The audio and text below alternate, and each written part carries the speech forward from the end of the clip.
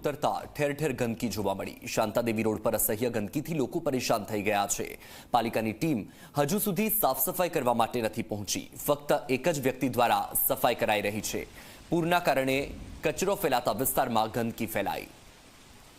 તો આ દ્રશ્યો તમે જુઓ, નવસારીના દ્રશ્યો છે। પૂરના પાણી ઓસરતાની સાથે જ ગંદકીના દ્રશ્યો સામે આવી રહ્યા છે। કિનારા એપાર્ટમેન્ટમાં રહું છું। 2004 પછી આ મોટી જબરજસ્ત એકદમ અચાનક રેલ આવી ગઈ। જે રીતે તંત્રએ જાહેરાત કરી હતી પણ એનાથી વધારે પડતું પાણી એકદમ સ્પીડમાં આવી ગયું। જે રીતે રાત્રે રેલ ઉતર્યા પછી જે ઠેર ઠેર કાદવ કીચડ ઢગલા એટલા બધા છે કે જેથી મોટી રોગની મહામારી ફેલાવાનો ભય છે। એટલે તંત્રને અમારી એક જ વિનંતી છે કે એકલ દોકલ માણસથી આ કામ નહીં થાય। મોટી ટીમો ઉતારીને વ્યવસ્થિત એની સફાઈ ધોવાનું અને દવાનો છંટકાવ કરશે તો આ મોટી મહામારીમાંથી નવસારી બચી શકશે।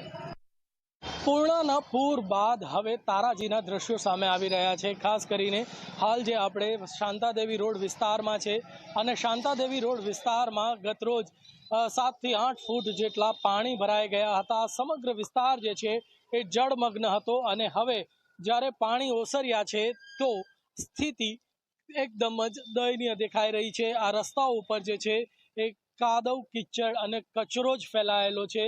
આપ જે દ્રશ્યો જોઈ રહ્યા છો એ શાંતાદેવી રોડના છે અને અહીં જ્યાં જુઓ ત્યાં ફક્ત અને ફક્ત કીચડ દેખાય છે।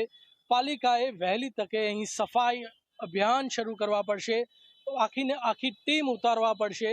હાલમાં જે છે એ આ જે સફાઈ કર્મી મહિલા છે એ અહીં સફાઈ કરી રહી છે। પાણીનો નિકાલ થાય, કચરાનો નિકાલ થાય એવા પ્રયાસો થઈ રહ્યા છે, પરંતુ એક જણથી આ સફાઈ થવાની નથી।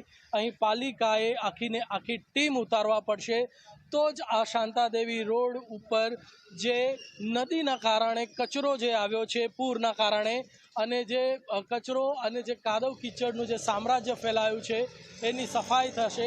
જો લાંબો સમય રહેશે તો મચ્છરો અને માખીનો ઉપદ્રવ થવાના કારણે રોગચાળો પણ ફાટી શકે છે, જેથી પાલિકા અહીં જે છે એ સફાઈ કર્મીઓની ટીમ ઉતારે અને વહેલી તકે સફાઈ થાય એવી આશા સ્થાનિકો રાખી રહ્યા છે। ધવલ પારેખ, ઝી મીડિયા, નવસારી।